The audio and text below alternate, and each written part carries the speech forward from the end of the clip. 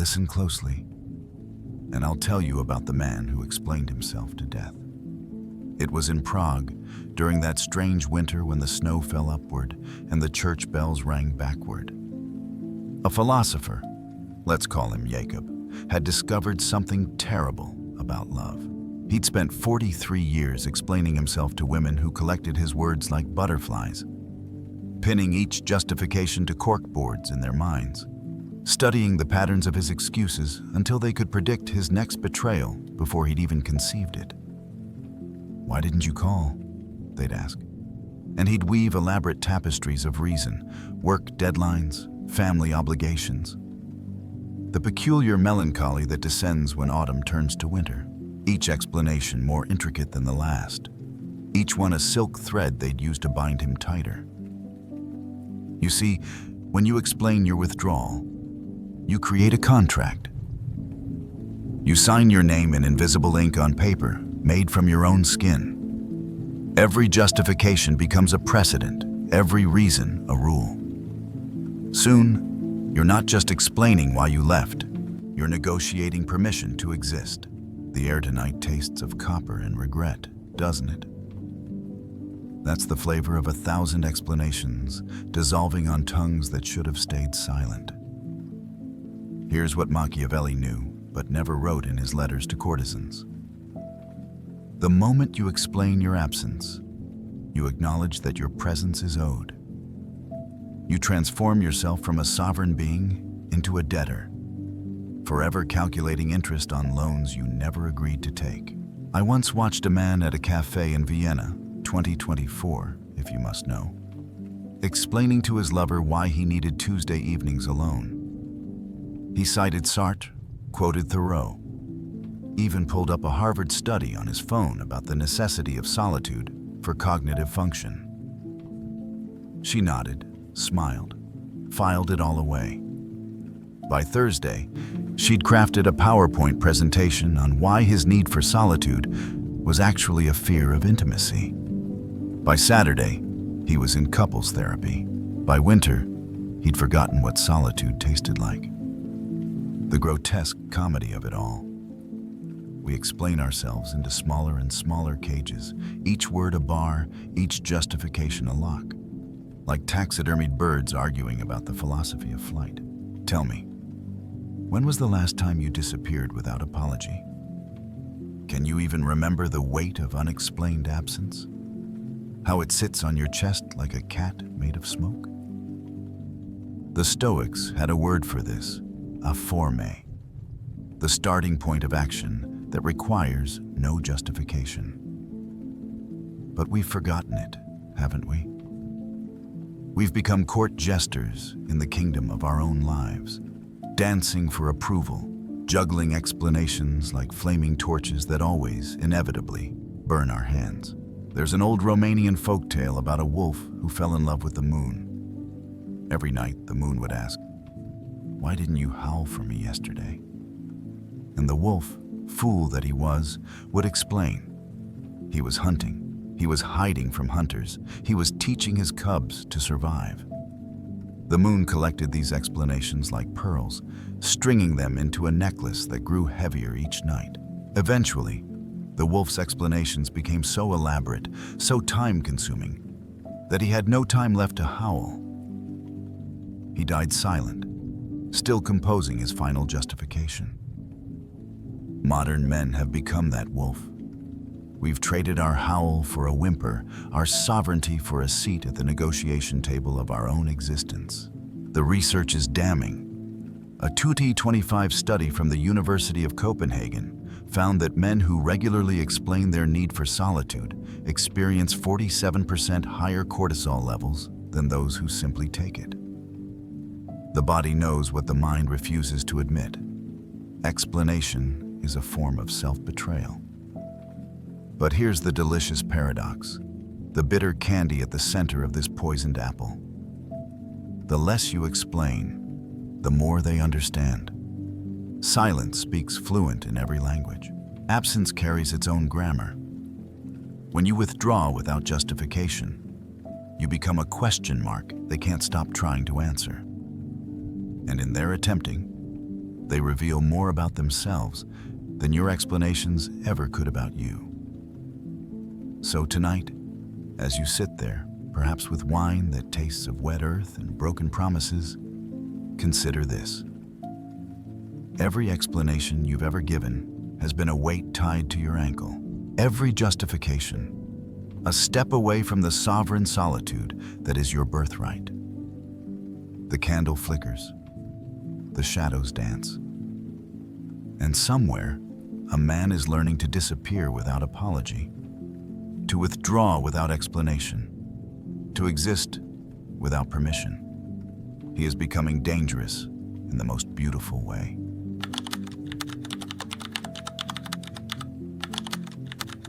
The longer you stare, the less of you it reflects.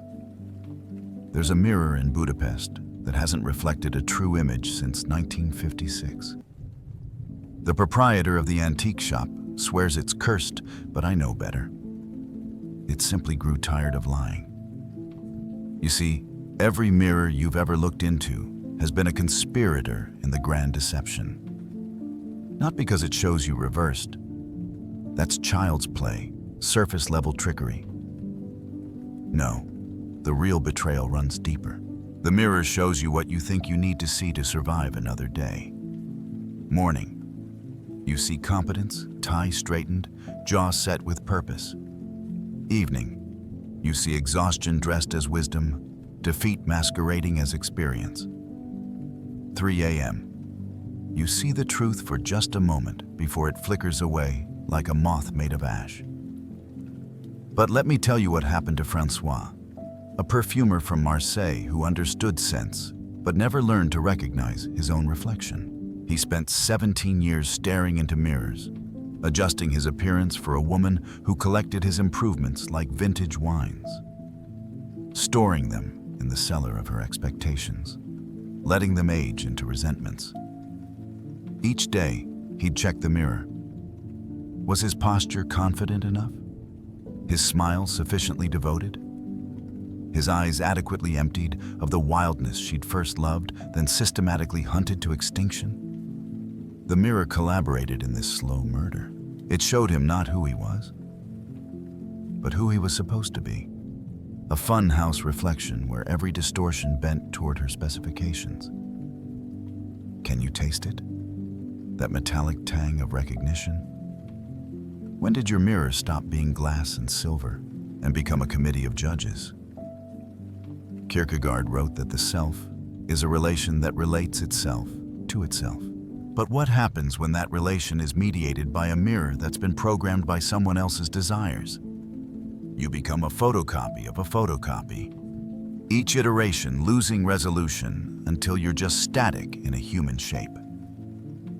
The neuroscience is perversely fascinating. A 2024 study from MIT found that men who check their appearance more than 5 times daily show decreased activity in the medial prefrontal cortex, the area responsible for self-referential thinking. In other words, the more you look, the less you become. You're literally staring yourself out of existence. Here's what they don't tell you about Narcissus. He didn't fall in love with himself. He fell in love with what the water told him he should be. The real tragedy wasn't that he couldn't touch his reflection. It was that his reflection wasn't even his. I once knew a sculptor in Berlin who smashed every mirror in his studio.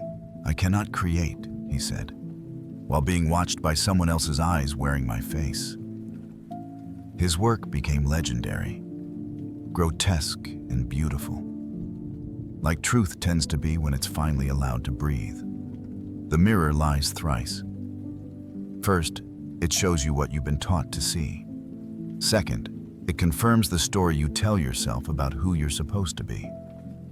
Third, and most damningly, it convinces you that checking it will somehow reveal something new. But you're not a vampire seeking confirmation of existence. You're not a fairy tale queen demanding validation from glass and silver. You're something far more dangerous, a consciousness trapped in flesh. trying to understand itself through surfaces that can only reflect light, never truth.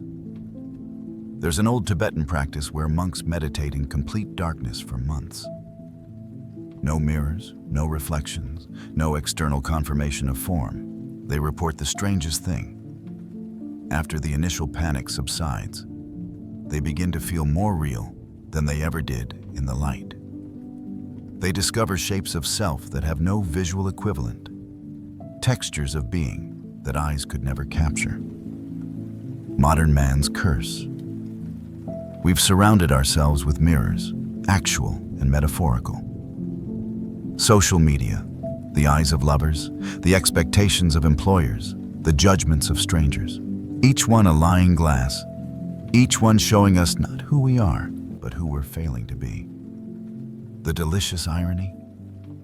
The moment you stop looking, you start becoming. The second you abandon the mirror's verdict, you begin the terrifying, exhilarating process of existing without external verification. So tonight, I challenge you to this. Go 7 days without looking at your reflection. Not once. Cover the mirrors, avoid windows, refuse the tyranny of surfaces. Feel what happens when you stop checking if you're still there. You might discover that the person who emerges has features no mirror could ever capture. Angular with defiance, soft with self-acceptance, dangerous with the kind of authenticity that makes others uncomfortable because it reminds them of what they've surrendered. The candle burns lower, the shadows grow longer, and somewhere, a man is learning to exist without witnessing himself, to be without performing being. He is becoming real in ways that would terrify the mirror.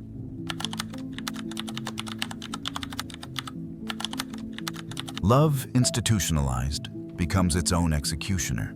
In the Museum of Broken Relationships in Zagreb, there's a single red glove displayed behind bulletproof glass.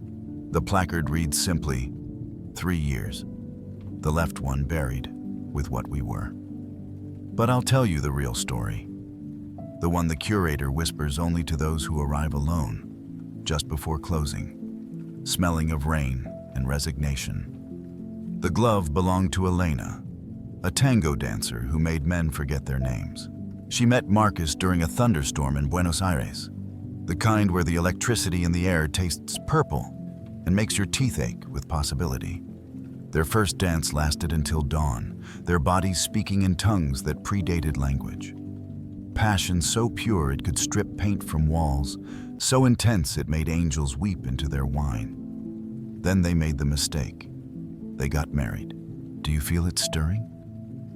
That uncomfortable recognition? Like watching a beautiful bird agree to have its wings clipped for the promise of premium seed? The transformation was alchemical in its thoroughness. What was once spontaneous combustion became scheduled intimacy. Tuesday and Saturday nights, after the dishes were done. Passion punch-clocked, desire domesticated.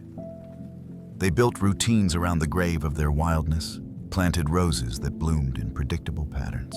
Schopenhauer understood this. He called it the porcupine's dilemma. Too close and we wound each other with our quills. Too far and we freeze. But he missed the third option. We stay close and simply file down our quills until we're nothing but pink flesh and good intentions. Vulnerable and defenseless against the slow murder of the mundane. Here's what happens when you institutionalize passion. And the research is gorgeously brutal.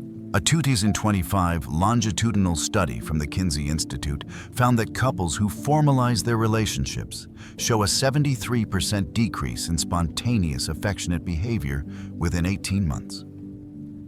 The very act of making it official begins the embalming process. But it's worse than mere statistics. Watch what happens to the language. I would die for you becomes, did you remember to pay the electric bill? You set my soul on fire becomes, your mother is coming for dinner Sunday. I need you like air becomes, we need to talk about your spending. Each domestic negotiation, another shovelful of dirt on passion's coffin. I once attended a wedding in Corsica. Outdoor ceremony, lavender in the air, the Mediterranean whispering warnings no one wanted to hear.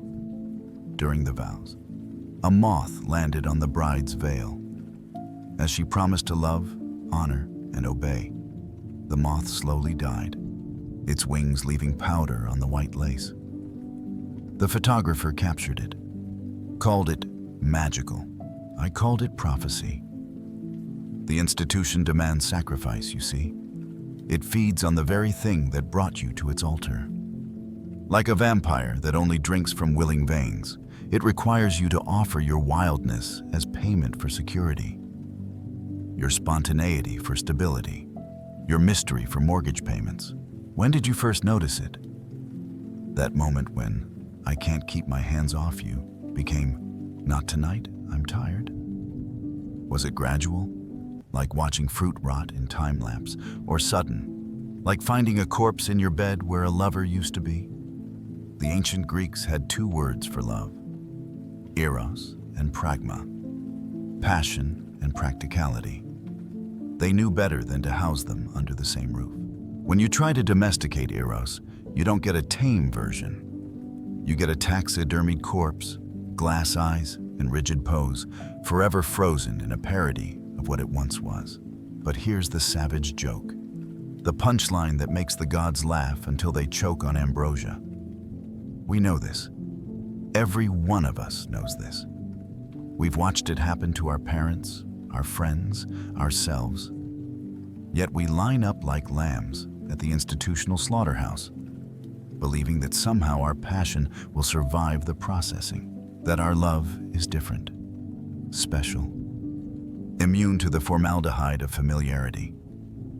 There's a couple in Tokyo who've been together 23 years. They maintain two separate apartments in the same building.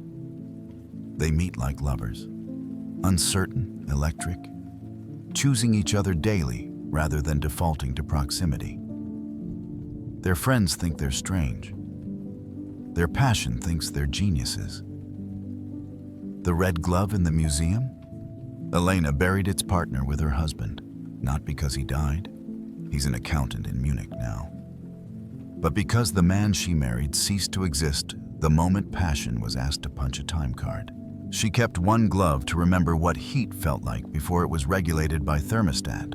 So tonight, as you lie next to someone whose breathing has become as familiar as your own heartbeat, ask yourself, is this intimacy or automation? Are you making love or performing maintenance?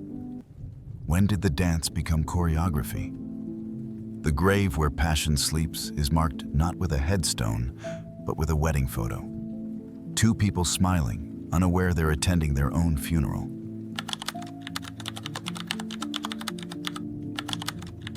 Every kindness spent on the ungrateful is a coin stolen from your own pocket. Let me tell you about the banker who went mad counting emotional debts that would never be repaid. His name was Anton, and he kept a ledger, not of money, but of every gesture, every sacrifice, every moment of tenderness he'd invested in a woman who treated affection like a Las Vegas slot machine. Pull the lever, watch the wheels spin, occasionally win just enough to keep playing. But the house always wins in the end. Tuesday, he brings her coffee exactly how she likes it. Oat milk, half-pump vanilla, cinnamon dust arranged in the shape of a heart. She scrolls through her phone, doesn't look up. Debit, one small death. Friday, he cancels his poker game because she needs to talk. She spends 3 hours dissecting his inadequacies with surgical precision. Debit, dignity, compounded daily. Sunday, he plans a surprise picnic. She's annoyed he didn't psychically know she'd rather binge Netflix. Debit, the last drops of spontaneity wrung from an already desiccated heart. How many coins are you missing? Go ahead, check your emotional pockets. Feel how light they've become, how the fabric has worn thin from constant withdrawals. Here's what they don't teach in economics. The most devastating inflation happens not in markets, but in hearts. Each unreciprocated kindness devalues the next. Each pearl cast before swine makes the next pearl smaller, less lustrous, until you're throwing sand and calling it treasure. Nietzsche wrote about the gift-giving virtue, but he was an optimist. He never met Jessica from Sacramento, who collected men's devotion like Victorian ladies collected calling cards. Pretty to display, meaningless in accumulation, discarded when the season changed. The research makes me laugh in that way that broken things laugh, hollow, echoing. A 2024 study from Stanford found that people who consistently give more emotional labor than they receive show the same neurological patterns as gambling addicts. The brain keeps pulling the lever, convinced the next kindness will hit the jackpot. Spoiler: the house always wins. But here's where it gets exquisitely dark. We know we're being robbed, and we open the vault wider. We see them picking our pockets, and we hand them our wallet. Why? Because somewhere, in some manual written by someone who died loveless, we learned that love means giving without counting. Bullshit. Love that doesn't count is not love. It's a psychological Ponzi scheme where you're both Bernie Madoff and the biggest investor. I once watched a man in Prague buy flowers every day for a woman who was allergic to affection. Roses, tulips, orchids. Each bouquet more elaborate than the last. She'd leave them in cafes, on park benches, in trash bins. He'd see them wilting in public places and buy more, as if quantity could transform into quality through sheer insistence. The florist got rich. The man got poor. The woman got bored and moved to Berlin with someone who never bought her flowers, but made her laugh. Tell me, when you give your last dollar to someone counting millions, do you call it generosity or stupidity? Is there a difference, or have we just been trained to paint one with prettier colors? The Stoics had a concept, oikiosis, the natural affinity we feel for what is truly ours. But we've perverted it. We feel affinity for our own emptying, mistake depletion for depth. We've become emotional philanthropists, donating to fraudulent charities that spend everything on administrative costs. Here's the arithmetic of the damned. You give patience, receive impatience. You give understanding, receive demands for more understanding. You give presence, receive absence. You give your best years, receive their worst behavior. And the cosmic joke, they're not even grateful for the robbery. They resent you for having something to steal. Your kindness becomes evidence of their cruelty. And rather than change, they double down, demanding more coins from increasingly empty pockets. There's an underground movement in Tokyo, men who've started practicing what they call emotional austerity. They budget their kindness like millionaires budget their fortunes. Every gesture calculated for return on investment. Every moment of tenderness requiring collateral. The romantics call them cold. I call them solvent. Because here's what Anton the banker finally understood, standing on a bridge in Vienna at 3 a.m., his ledger full of debts that would never be collected. Every kindness spent on the ungrateful is twice stolen. Once from you, once from someone who would have treasured it. So tonight, count your coins, feel their weight, their worth. Then ask yourself, who's really bankrupt here? The one who stops giving to the void, or the one who can't stop feeding it? The vault is empty. The ledger is red. And somewhere, a man is learning to be wealthy in ways that can't be stolen.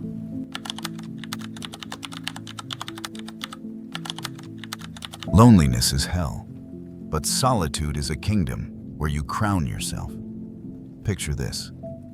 It's 3:47 a.m. in a studio apartment that smells of instant ramen and existential dread. A man sits cross-legged on a mattress on the floor, no frame. He sold it last month when he realized bed frames are just pedestals for horizontal deaths. Around him, empty wine bottles stand like chess pieces in a game where he's playing both sides and winning. This is Thomas, and he's just discovered something terrible and beautiful. The difference between loneliness and solitude is the difference between drowning and deep sea diving. Same water, different relationship with breathing. For 7 years, he performed in the theater of companionship, knew his lines by heart. Good morning, beautiful, even when morning felt like broken glass. How was your day? Even when he'd stopped caring 3 years ago. I love you too. Even when love had become a foreign language he could pronounce but not speak. Then she left, Tuesday, during a thunderstorm, taking the cat but leaving the litter box. The metaphor was not lost on him. Here's my question for you, whispered like a serpent's promise.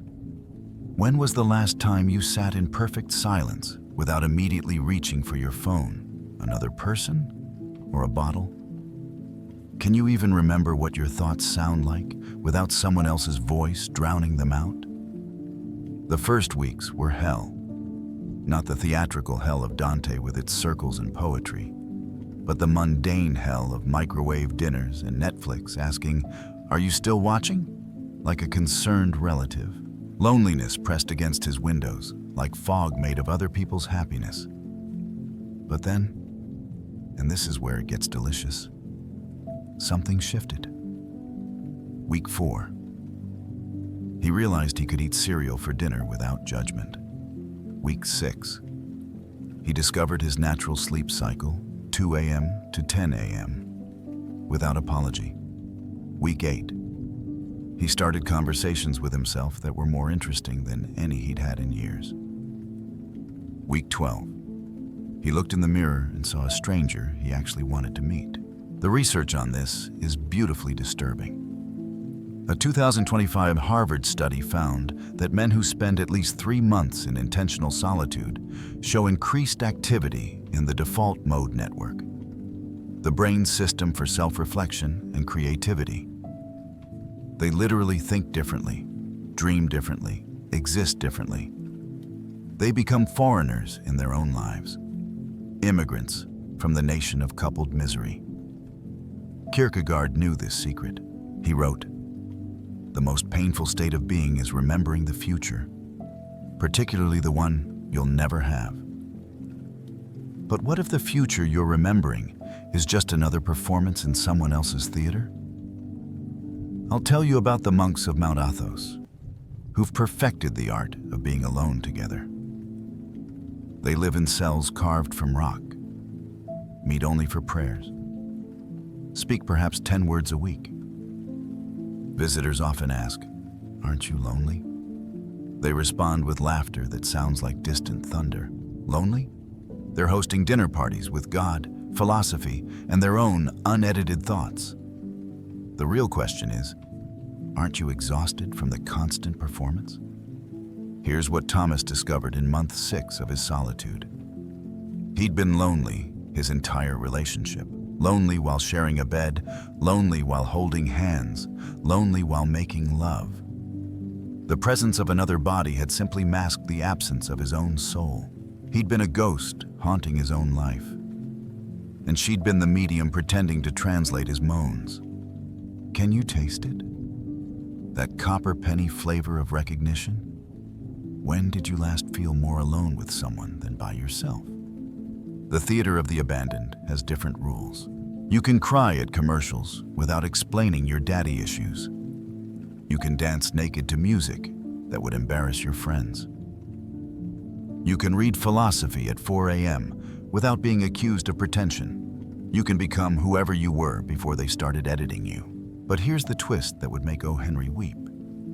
The moment you truly embrace solitude, you become magnetic. Not because you're trying. That's the old theater, the exhausting performance. But because a person who's learned to be alone is like a house with all its lights on in a blackout. People are drawn to the glow of self-sufficiency like moths to a flame that won't burn them. Thomas now lives in Prague, still alone but no longer lonely. He takes lovers occasionally, tourists mostly, people who leave before they can rearrange his furniture or his psyche. He writes poetry on napkins and leaves them in cafes for strangers to find. He's become his own best friend, lover, therapist, and God.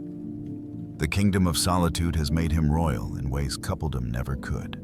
So tonight, in your bed that might be empty or might just feel that way, consider this. Every moment spent fearing loneliness is a moment stolen from the majesty of solitude. Every desperate grasp for companionship is a vote against your own sovereignty. The theater is dark. The audience has left. And finally, you can stop performing and start existing.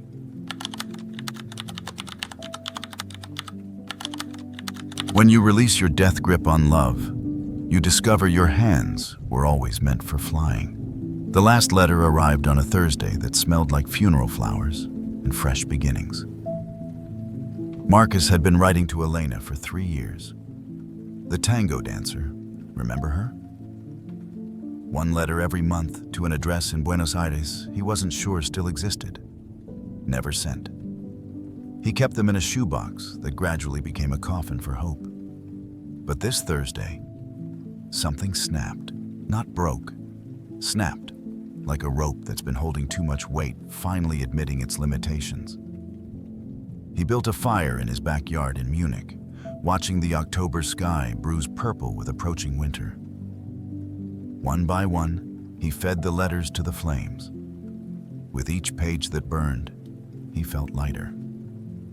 Not metaphorically, literally. His shoulders unhunched from their 3-year vigil. His jaw unclenched from its permanent state of waiting. His hands, freed from their eternal reach toward absence, discovered they had other purposes. They could build. They could create. They could simply rest, palms up, receiving nothing and everything. I need you to sit with this question until it burns. What are you holding onto so tightly that your knuckles have turned white and you've forgotten what color they used to be? Here's what nobody tells you about letting go. It's not a tragic release. It's not even a release at all. It's a recognition that you were never holding anything to begin with, just clenching your fists around empty air and calling it love. The Buddhists have a story about 2 monks crossing a river. They encounter a beautiful woman who needs help. The elder monk carries her across, sets her down, and continues walking. Hours later, the younger monk explodes. "How could you touch her? We've taken vows." The elder replies, "I set her down at the river. You're still carrying her. We're all that younger monk, aren't we? Carrying ghosts across rivers, through years, into new relationships where they sit at the dinner table, invisible but somehow taking up all the space." A 2025 neuroscience study from Yale revealed something profound. The brain patterns of people actively holding on to lost love mirror those of chronic pain patients. The body literally interprets emotional gripping as physical agony. We're torturing ourselves with phantom limbs that were never part of our body to begin with. But watch what happened to Marcus after the fire. Month 1. He started playing piano again. Badly, joyfully, without apology. Month 3. He traveled to Morocco alone, got lost in the Medina, found himself in the confusion. Month 6. He met someone new. Not a replacement, not a bandage, just another human being stumbling through existence. They dance sometimes, not tango, that belong to another life. They make up their own steps. The discipline isn't in the letting go. That's just opening your hand. The discipline is in keeping it open when everything in you wants to clench again. It's in recognizing that the ache of empty palms is not emptiness, but possibility. Feel it now. Unclench your jaw, release your shoulders, open your hands. What falls away? what remains. There's a Japanese practice called Moroha no Tsurugi, the double-edged sword. Every attachment cuts both ways. It connects you and it binds you. It gives meaning and it limits meaning. The beautiful discipline is learning which edge serves you and when to sheathe the blade entirely. I knew a sculptor in Vienna who worked exclusively with ice. People would commission pieces for events, weddings, galas, celebrations of permanence. He'd spend weeks crafting perfection, knowing it would melt within hours. When asked why, he'd smile. The beauty is in the letting go. My art teaches what people pay me to help them forget. Everything ends, and that's what makes it precious. Here's the paradox that would make Zen masters giggle and therapists weep. The moment you truly let go, you're finally free to love.